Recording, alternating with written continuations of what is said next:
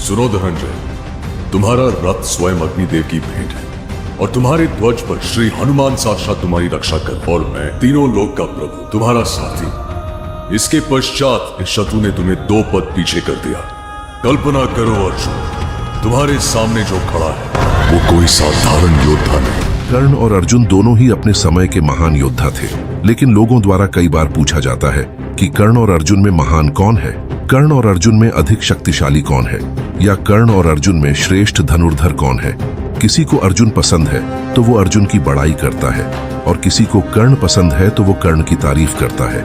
लेकिन महाभारत का मुख्य नायक अर्जुन ही है, क्योंकि महाभारत महाकाव्य की कहानी अर्जुन के ही इर्द गिर्द घूमती है, जबकि महादानी कर्ण भी अपनी दानवीरता के कारण इतिहास में अमर है। हालांकि कई युद्धों का विश्लेषण करने के बाद यह कहा जा सकता है कि अर्जुन कर्ण से अधिक कुशल और योग्य धनुर्धर हैं, पर कर्ण के मामले में भी ऐसा नहीं है कि उसे बहुत आसानी से हराया जा सके।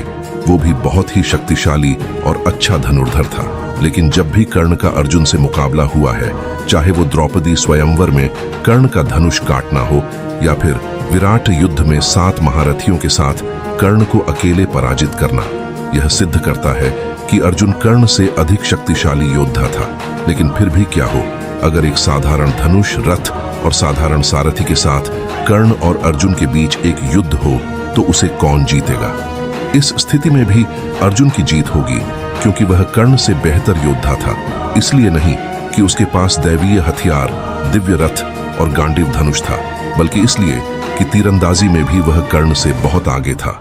अर्जुन को सव्यसाची भी कहा जाता है, जिसका अर्थ होता है उभयस्थ, यानी कि अर्जुन अपने दोनों हाथों से समान रूप से युद्ध करने में सहज था।